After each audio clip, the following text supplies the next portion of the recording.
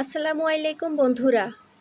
আজ আমি নিয়ে আসলাম খুবই সাধারণ একটি রেসিপি, হাতে মাখা মুরগির মাংস রান্নার রেসিপি। প্রথমে আমি মুরগিটাকে কেটে ভালো করে ধুয়ে তারপর পানি ঝরিয়ে নিয়েছি।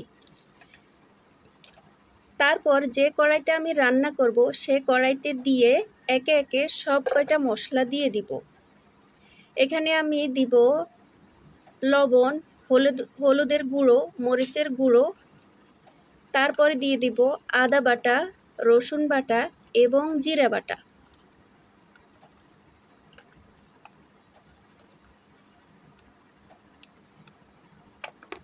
দিয়ে দিব পেঁয়াজ কুচি। এরপর পরিমাণ মতো তেল দিয়ে ভালো করে মশলাগুলো মাংসের সাথে মাখিয়ে নিব।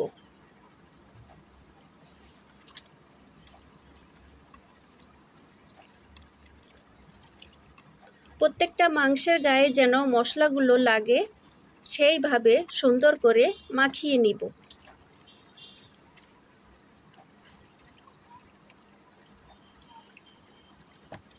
এখন দিয়ে দিব প্যাকেটের মাংসের মশলা। মশলাগুলো দিয়ে আবার আমি মাখিয়ে নিব। সুন্দর করে মাখানো হয়ে গেলে আমি ঢাকনা দিয়ে 5-10 মিনিট রেখে দিব। তারপর চুলাটা অন করে দিয়ে রান্নার জন্য বসিয়ে দিব।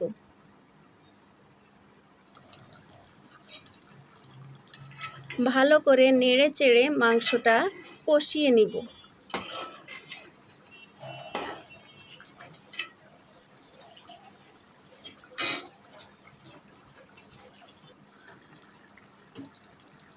এই পর্যায়ে দিয়ে দিব একটা বড় সাইজের টমেটো কুচি। আপনারা কে কে মাংসের সাথে টমেটো খান কমেন্টে জানাবেন।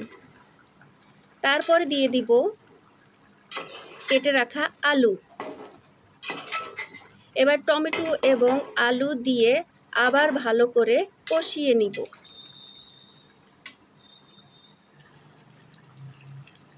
এখন দিয়ে দিব পেঁয়াজ কুচি আর কয়টা কাঁচামরিচ। এই মশলাগুলো দিয়ে আরও কিছুক্ষণ আমি কষিয়ে নিব। আমি যেহেতু মশলাগুলো সব কাঁচা দিয়েছি তাই মাংসটা ভালো করে কষিয়ে নিতে হবে, যেন মশলার কাঁচা গন্ধ না থাকে, সেজন্য ভালো করে কষাতে হবে।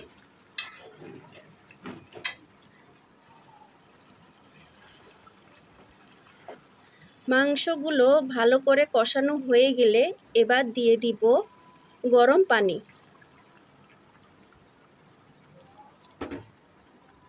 অল্প করে আমি গরম পানি দেব। মাংসটা আমার অলরেডি হয়ে আসতেছে।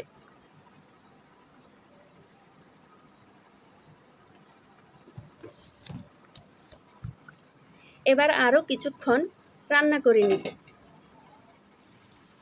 ব্যাস হয়ে গেল খুবই সাধারণভাবে তৈরি মুরগির মাংস রান্না।